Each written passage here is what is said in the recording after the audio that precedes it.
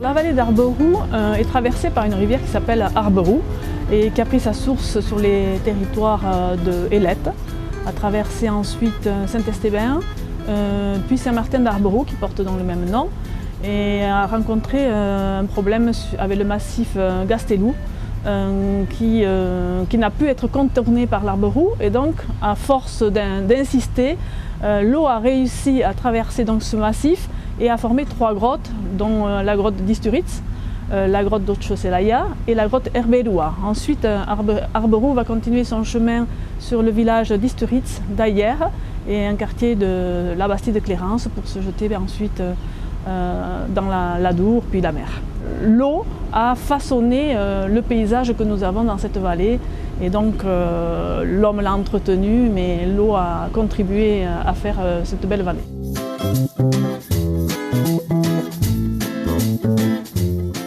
La vallée de l'Arberou a aussi une réalité historique, puisqu'elle faisait partie du royaume de Navarre, très longtemps. Avant cela, elle a toujours attiré l'homme, puisque nous avons une présence attestée dans les grottes. Les vestiges remontent à moins 80 000. L'ancien nom du village, c'est Beloritz. Cela veut dire donc en basque le lieu où pousse bien l'herbe. Donc on voit bien que toutes les conditions étaient réunies pour l'installation de l'homme.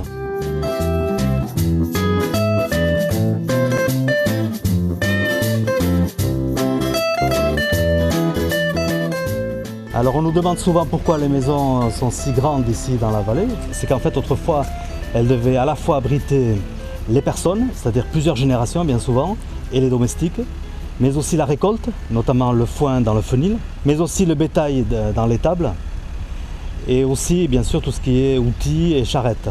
Donc c'est pour cela qu'elles sont si grandes. Là nous sommes devant la maison Pecochia.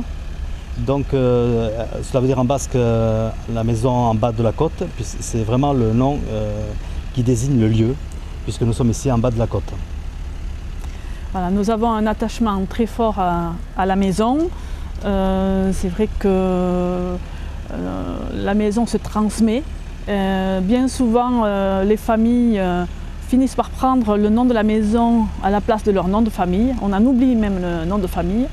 Et la maison est tellement importante que la priorité, c'est l'entretien de cette maison, la transmission dans les meilleures conditions possibles de cette maison, et le sens important que prend la maison dans la culture basque, c'est toute cette organisation justement familiale, sociale, économique, qu'est Lecce chez nous, puisque la Lecce, comme l'a expliqué Jean-Marc, a une partie habitation, mais tout l'arrière fait partie de l'exploitation agricole.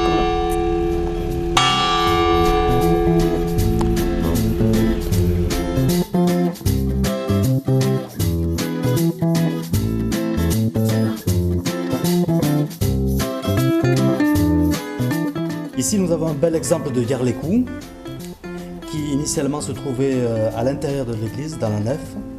En fait, c'est une tombe, c'est une dalle de tombe, car il faut savoir qu'autrefois, dans une période très ancienne, les morts étaient enterrés à l'intérieur de l'église. Alors la femme avait un rôle par rapport au lien sacré.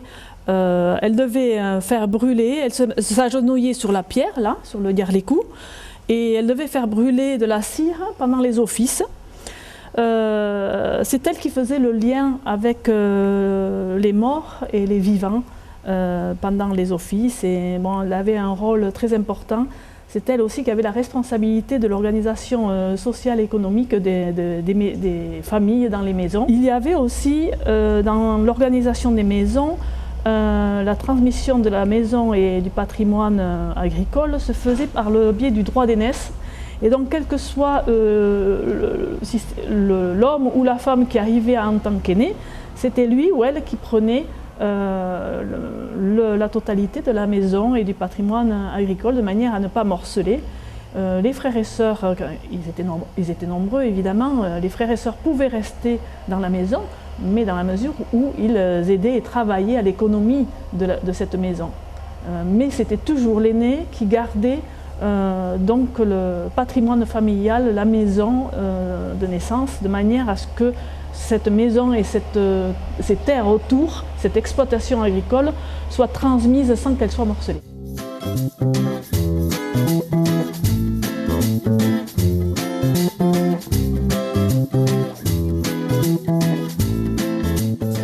Alors l'Elsa Rousset, c'est ce massif calcaire qui s'impose dans le paysage, qui fait 420 mètres d'altitude.